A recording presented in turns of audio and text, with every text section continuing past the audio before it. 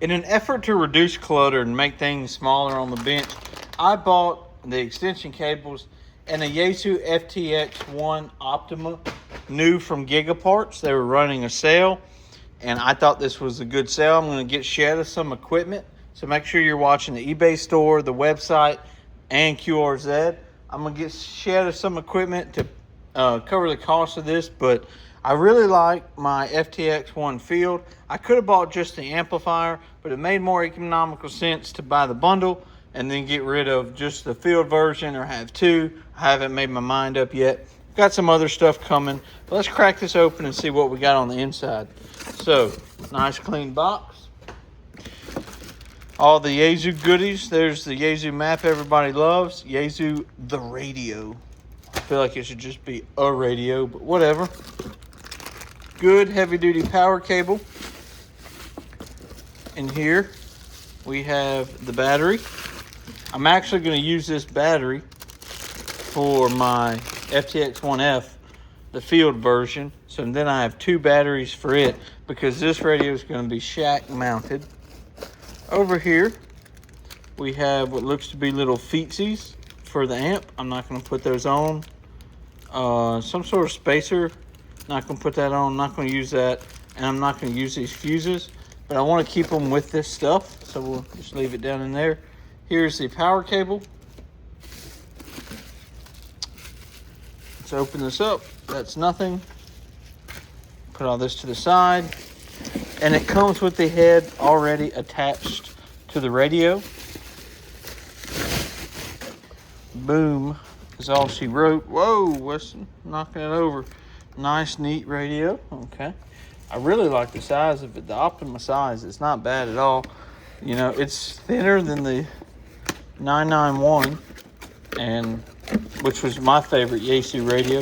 And then right here, we have El Microphone. So, we'll put the box together because this is one that I bought new.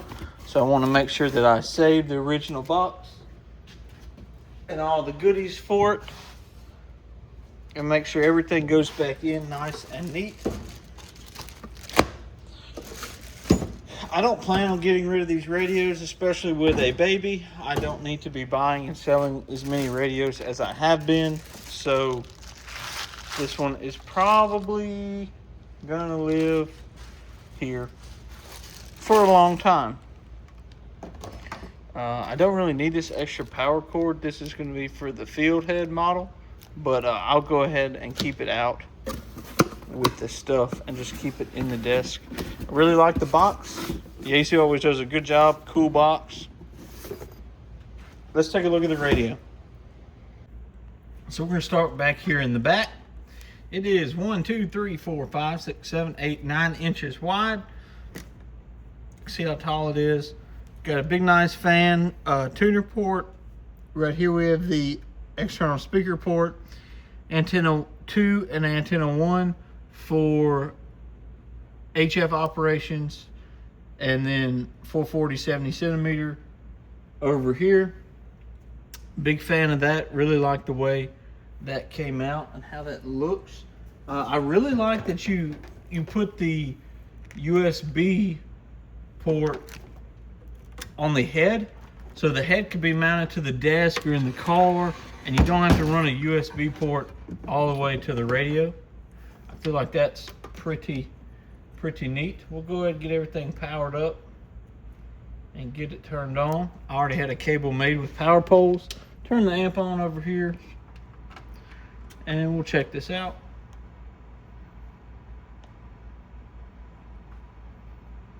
Is there power?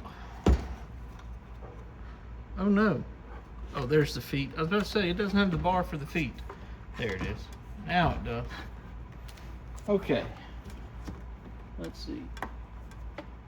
It appears everything is set up like it should be. Do we have power? There we go. Yaesu the power. And then we'll give it the old peel. Wow.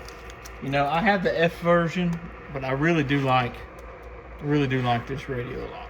Not gonna lie. I think it's very well put together. I think it looks good. in my opinion, this is everything a modern transceiver should be. Shack in the box, dual VFO, everything I really like about a radio. I've walked around the radio before, so we're not gonna go completely around it again, but this is your sub controls, this is your main control, your VFO over here. If you wanna go to the sub band, you can flip it and you're gonna control it with this, or you can set it in the settings to use the VFO. To get to your function menu, you come over here, hold down the function button.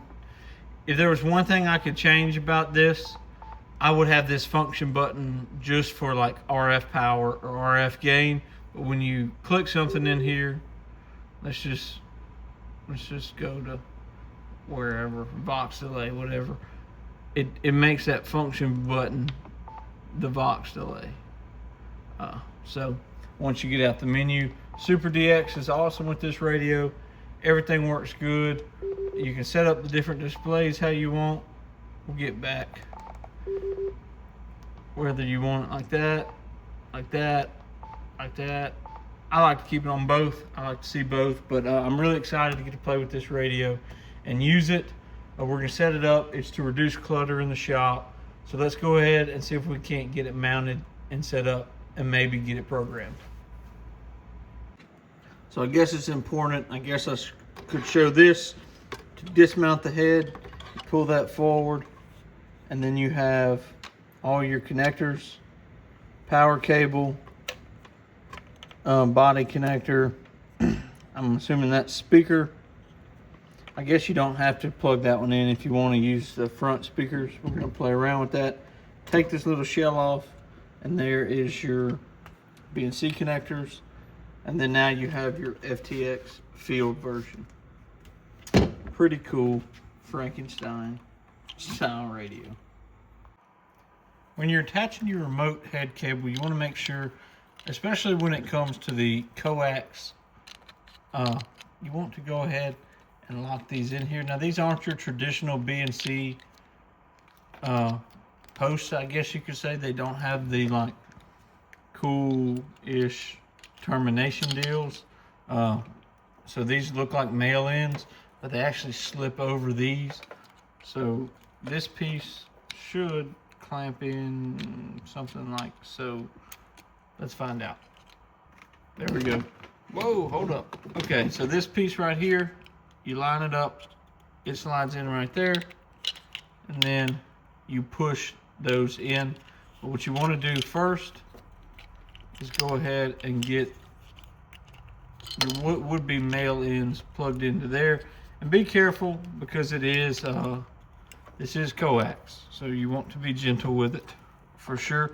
And there are two different diameters, so make sure that you're paying attention when you go to plug it into the head, which diameter goes where, and then that will slide right over them, and it locks in place, protects your stuff. Oh, excuse me, sorry about the camera, guys. And then next, you're not going to have one for the speaker, so you're going to use the speakers on the radio. And you want to take your barrel jack, plug it into the male into the female in like so, and then same thing, this control head unit.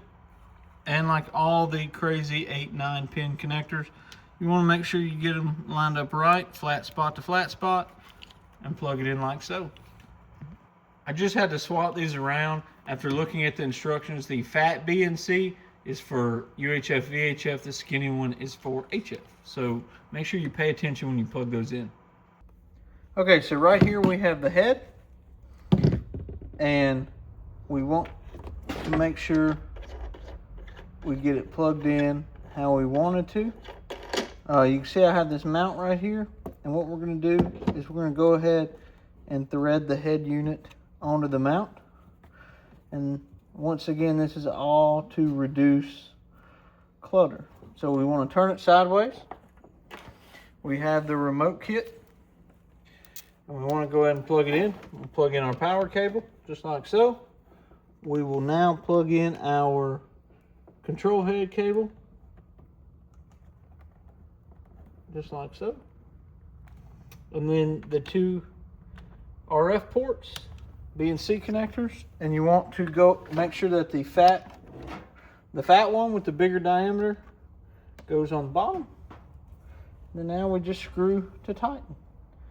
And we'll apply power in just a second, but that's how you reduce clutter in your shack. Okay guys, there we go. There's the Optima with the remote head kit set up on the bench, reducing clutter. All this other junk is about to go bye-bye. Thank you guys for watching. Like, subscribe. 73 Corncob CB Shop.